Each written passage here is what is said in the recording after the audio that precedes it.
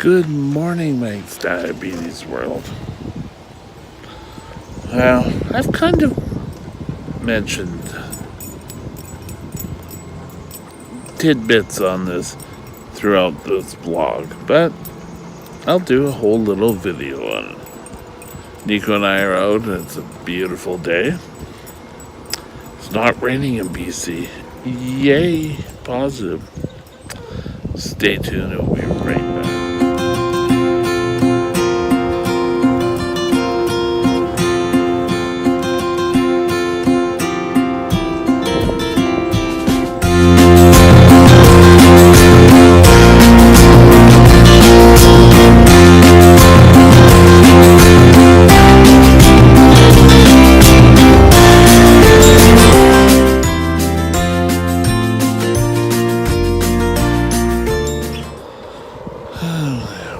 Once you've been diagnosed with diabetes, there is so much that you need to buy. You need to go out and you need to get syringes, because you're probably going to start off injecting insulin. And then you can apply to get a pump. And then everything from there. But you need to be cautious. Not everything is what it says it's going to be, and not everything is the greatest. And what I found before I was diagnosed with brittle diabetes was simple the better. There's a little port that if you're taking insulin, you can just put under your skin for a couple of days, and it's kind of like, do you really need that? You need to ask yourself these questions. People seem to think, oh, well, it's new, it must be the greatest thing. When Nico and I are on, and I've heard this so many times, is, oh, how can I get a dog? Well, the service dogs aren't for everyone. And it's just like, they're not sitting there handing out dogs left, right, and center. There's a whole process you have to go through, and they have to be able to make a match, and you have to be able to show you have a need. And it's usually people who can't tell they have a low blood sugar. It's not sort of like, oh, well, my son's a diabetic, we should get a dog. No, sorry, doesn't work that way.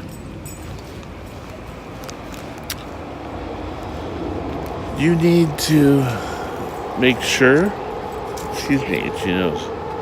that anything you use is tested and approved.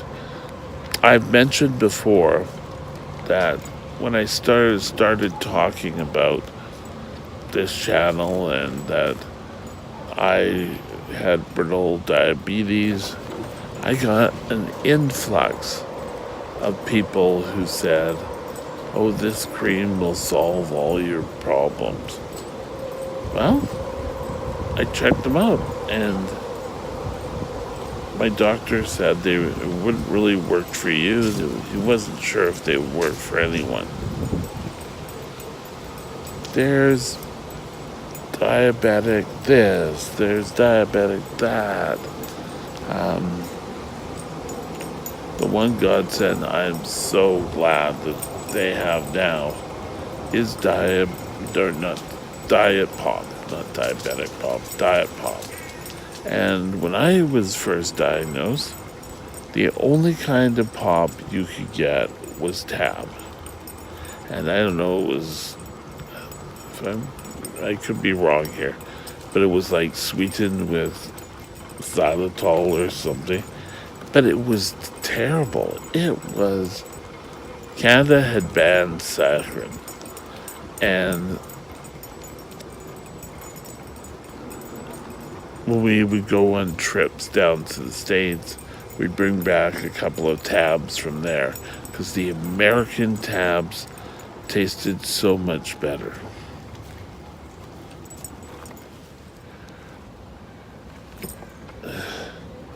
But, that's something I like to drink.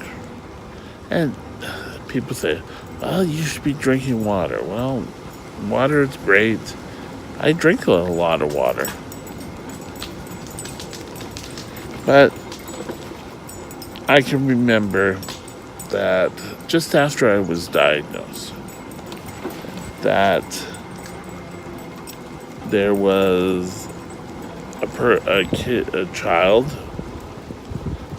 not too much younger than I, passed away who was a diabetic, and this chiropractor had talked the family into believing that he had a cure for diabetes and that they could stop giving the shots. Well, the child died. Now, if anyone came to me and suggested anything like that, I would be taking it with a grain of salt.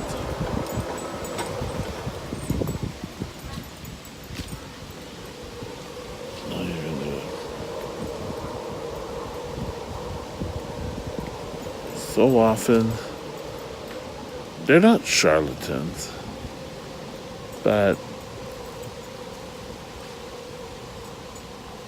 people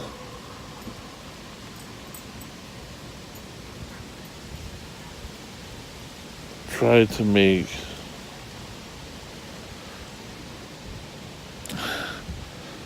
things work for them. Now, there are so many products out there that you really have to be aware. And